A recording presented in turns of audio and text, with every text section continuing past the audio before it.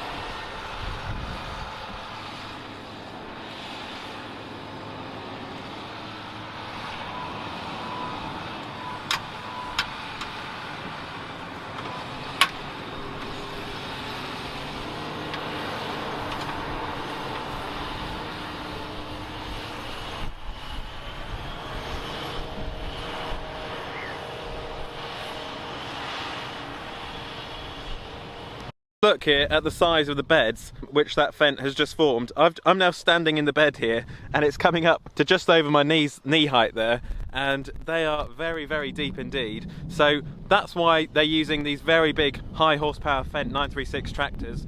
The big 936 over there and the 7 furrow plough, and this 936 as well with the ridger on. So the Fendt tractor which is ploughing the lands for the ridger, which is now coming in, and we'll just see it come past again. Ridging up the land here, ready for the carrots. For those of you who don't know, the farm here is very sandy, so although they're quite big tractors, it's still relatively easy work for them because this land here is so light and sandy, which means that it's just really easy for these tractors to pull their implements through the soil here. And the soil is also part of the reason as to why you can actually grow carrots here on this farm, because when you harvest the carrots, the soil simply falls off the carrots when you're harvesting them, and also when you're growing them in the beds, the softer soil here allows for the carrots to simply grow straighter in their beds. So I think there's a Fendt behind me here now.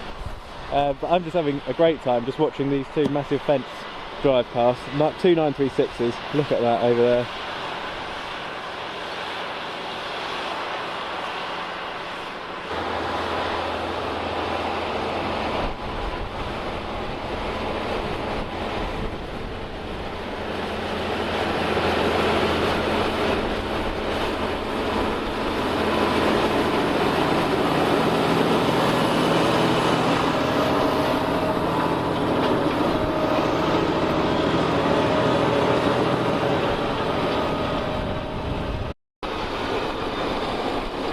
Look at the size of that implement, that ridger on the back.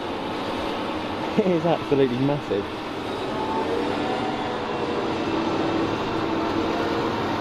It looks like it's something from a mining operation. So in it goes into the ground. You can see the front's just cultivating the land there, and then it's the back two plates there which actually create the ridges. Look at that. And away she goes.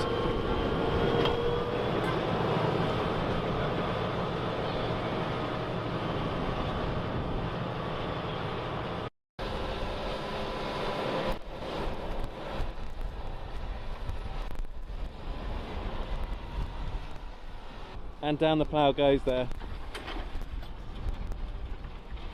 And away it goes, back, turning the soil over, incorporating the lime which has been spread on this field, and also the organic matter from the winter. It's incorporating it into the soil.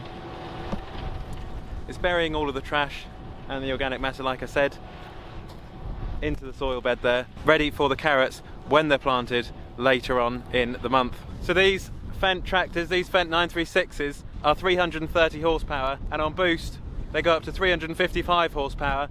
They've got 7.1 litre 6-cylinder engines, which are Deutz engines. The tractors are quite similar inside, believe it or not, to the Fendt 724, which we reviewed the other day, although they are considerably bigger than the 724 we saw. They've got a much bigger frame, much bigger chassis, much bigger engine, which is what gives them the absolute enormous power and torque which they need to carry out the jobs which they're doing. And that's why Bartlett's uses these two Fendts. Yeah, so I was just speaking to the operator there, and he said that they've got three Fendts, Bartlett's. They've got three Fendt 936s, and here he comes. And there's also some separators working just down the road we can go and check out, which will be pretty cool. He also said that the plough wasn't going in the ground very well to begin with. When he actually was putting the plough in the ground, although you couldn't see it very well, the Fendt was just struggling initially to just get it in the ground because it's been so dry on the farm and we haven't had much rain, and because this farm is so light, you lose the water in the soil very quickly. So that's why the ground is a bit hard at the moment on the farm, and that's why I think he was just saying about the plough has just struggled. Not so much, he hasn't struggled putting the plough, I think it's just getting the plough in to begin with has been a bit of a problem. So we've got the Bartlett's plough coming in, ploughing up the ground, then we've got the obliterator with the ridger on the back making the ridges, which is what's making the beds, and then afterwards there are some separators, some de-stoners, which will come in and separate the stones out of this soil and move the stones to one side of the field. And that's what we're going to go and see next, because they're apparently just down the road, so I'll go and catch them up and see what they're up to.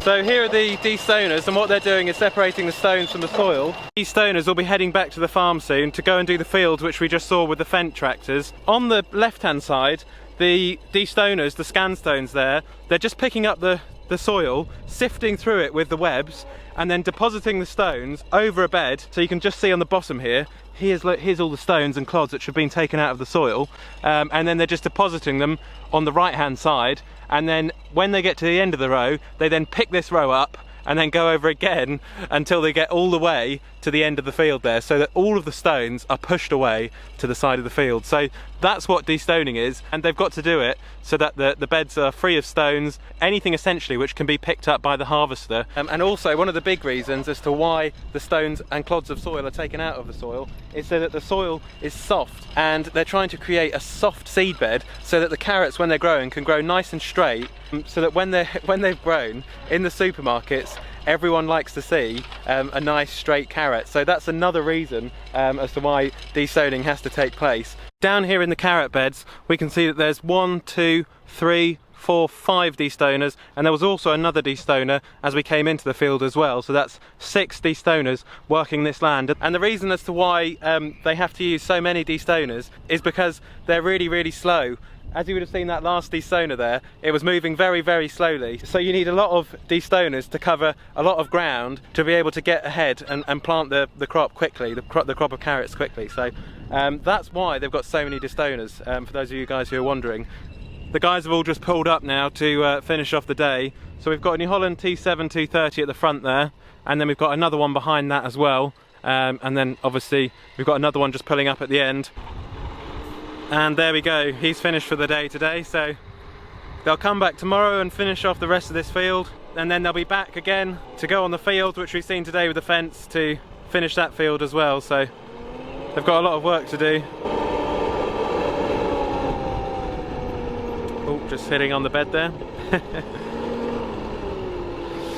So there we go, that's the whole lot.